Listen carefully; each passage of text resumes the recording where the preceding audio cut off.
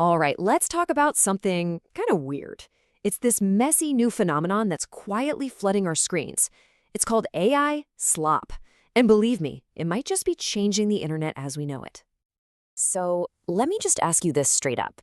What if I told you that a huge chunk of the internet is, well, becoming fake? Like right now, as we speak, a massive shift is happening where more and more of what you're seeing online isn't even made by a person anymore. Yeah, it sounds like science fiction, but some recent research says that's exactly what's going on. The number they came up with? 50%. 50% of new articles hitting the web are now AI generated. Think about that for a second. We've basically hit this tipping point where machines are pumping out as much new stuff as we are. Okay, so what is this stuff, really? Well, the name that's sticking is AI Slop. So let's define what we're talking about here. Basically, AI slop is exactly what it sounds like. It's the cheap, low-effort, often low-quality junk that AI can just pump out endlessly. The whole point isn't to be good or helpful or even accurate. Nope, the goal is just volume. To flood the zone, Clog up your search results, fill your social media feeds, all in the name of making a quick buck or pushing an agenda. Okay, to really get what this looks like in the wild, let's take a super classic example. The AI recipe blog. Imagine you're thinking, hey, I want to make some easy money online. A recipe blog sounds simple enough. Here's the kicker. You don't even have to know how to cook. Seriously. Step 1, you just go copy your real recipe from somewhere else. Step 2, you tell an AI to write one of those fake, cheesy personal stories to go with it. You know the ones, oh, this is my great-grandma's secret recipe, handed down through the generations. Total nonsense. Then you just slap a ton of ads all over the page, hit publish, and do it again, and again, and again. You just sit back and let those tiny little bits of ad money trickle in. It's all about volume, with basically zero cost. So that really begs the question, right? Why? Why would anyone bother to fill the internet with, well, garbage? Well, like with the recipe blog, a lot of the time it just comes down to money. But there's another, maybe even more powerful motive: influence. Just picture it. You could create thousands of articles that all push the same political idea, making it look like a huge number of people agree. Or, and we're already seeing this, you can create fake videos of people arguing just to get views and engagement. And what do views and engagement lead to?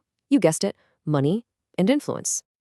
Okay, but this is where the story takes a really weird turn, and honestly, it's a little unsettling.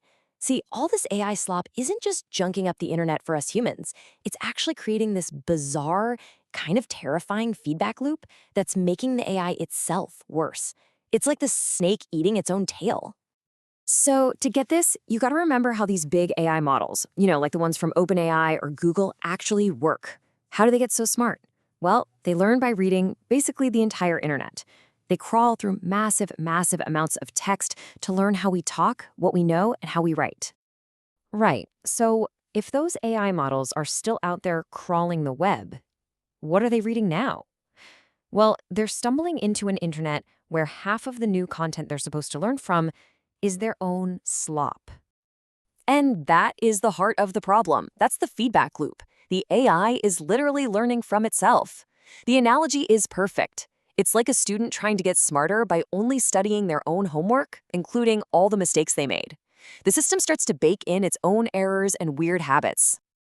I mean, just look at the difference. A few years ago, the training data was messy, sure, but it was almost all written by humans. Now, half of the new material is machine-made, totally unchecked for quality. It's full of mistakes, made-up facts, and all those weird repetitive phrases you start to notice when you use AI a lot. And all of that is getting fed back into the machine as if it's ground truth. So what's the end game here? Well, every time this loop repeats, the quality of the data gets a little bit worse. The models start to get dumber, less reliable. They just keep repeating and amplifying their own mistakes over and over again. Now, if you're sitting there thinking, wait a minute, an open system getting flooded with low-quality junk, this feels really familiar. Well, you're absolutely right. We've seen this exact playbook before. What does this remind you of? Email. Plain and simple. The whole AI slop situation is basically a rerun of what happened to our inboxes with email spam. I mean, think about it, right? The motivation is the same. Unwanted sales, scams trying to influence you. With email, what did we do? We learned to ignore it, delete it, and then we built these amazing spam filters. With AI Slop, we're now finding it harder and harder to get good, reliable info. So the outcome is probably going to be the same. We learn to only trust emails from people we know, and soon we might only trust information from websites we know. So if the entire web is basically turning into one giant spam folder, what do we do? How are we supposed to navigate this mess? Well, the answer might actually be going back to basics, a return to something we've kind of forgotten. For one, our own habits are going to have to change. We'll probably stop clicking on random links and stick to the websites and sources we already know and trust. We might even get new tools, like browser plugins that are basically spam filters for websites. And the AI companies? They're going to have to get a lot smarter. They can't just scrape the whole internet anymore. They'll have to start carefully curating their data, focusing only on trusted sources. And really, this is the key takeaway. The big, crucial point of all this. In a world that is absolutely swimming in cheap, generic, automated content, the value of a real person, a real human expert who's done the research and put their name on it, that value doesn't go down. It skyrockets. So I'll just leave you with this to think about. As that line between what's real and what's AI gets blurrier and blurrier, the most important thing online isn't going to be access to information anymore. It's going to be trust. The real question is, in a world of infinite AI content, who are you going to trust?